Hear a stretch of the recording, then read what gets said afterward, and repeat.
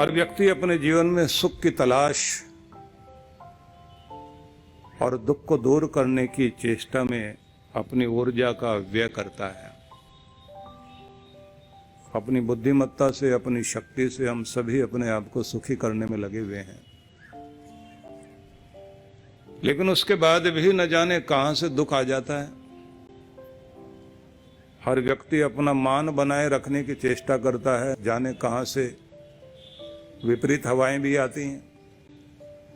हर व्यक्ति चेष्टा करता है कि जीवन में सुखद वातावरण बने, पर फिर भी दुख का वातावरण जीवन में आता जरूर है। और ये कोई नियम नहीं दिखाई देता।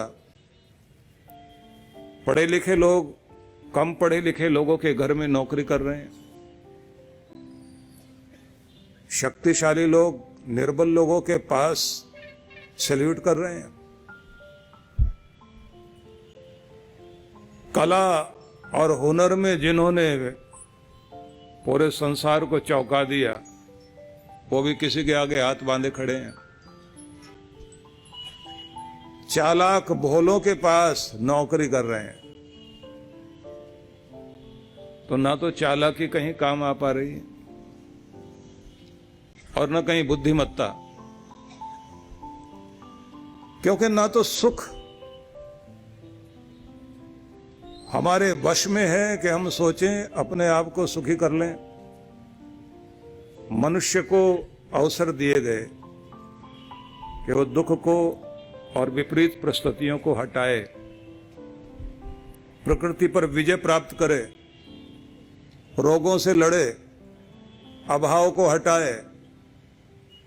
ये सारी शक्तियां मनुष्य को दी गई और मनुष्य के पास में एक सहज शक्ति होती है जिसे बोलते हैं संभव शक्ति। संभव शक्ति सबके पास है। हर आदमी कहता है ये मेरे लिए संभव है, ये संभव नहीं है। जो सहज शक्ति है उसे संभव कहेंगे। एक संभाव्य शक्ति है जिसका विकास किया जाता है। संभव तक तो आप यही कहते हैं मैं 4 किलोमीटर तक चल लूंगा। संभाव्य में यह भी कहा जाता है कि आप नहीं जानते आप कहां तक जा सकते हैं। इसको आपका लाइफ कोच तय करता है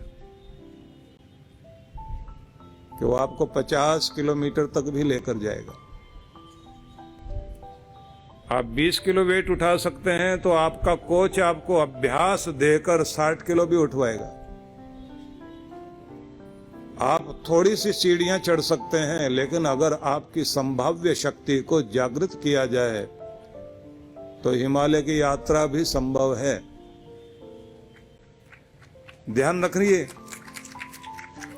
व्यक्ति की वो शक्ति जिसका विकास किया जा सकता है वो संभाव्य शक्ति है। और यहीं पर व्यक्ति के लिए आवश्यक होता है कि कोई जीवन में ऐसा पथ प्रदर्शक, मार्गदर्शक, कोई हमारे अंदर की आग को जिंदा करने के लिए, सुलगाने के लिए प्रयास करे और हम अपने प्रयत्नों से ईंधन डालकर अपनी अग्नि को प्रचंड रख सकें। इसकी बड़ी भारी आवश्यकता है। और ये ध्यान रख लीजिए, कहा जाता है कि जीवन में एक क्षण तो वो है जो आपके लिए महत्वपूर्ण है। जब आपका जन्म हुआ तो अपना जन्मदिन आप सबसे महत्वपूर्ण दिन मानते हैं, लेकिन दूसरा महत्वपूर्ण दिन और होता है जब आपको ये पता लग जाए कि जन्म हुआ क्यों है और किस लिए दुनिया में आए। जिस क्षण आपको ये जानकारी हो जाती है कि ये करने के लिए मैं दुनिया में आया था, बस तब आपका जीवन धन्य होता है। और इस चीज को जो देता है, जिसके निर्देशन में हम ये सीखते हैं कि जीवन मिला क्यों, उसे सब रिश्तों से ऊपर रखा गया, उसी का नाम है सद्गुरु।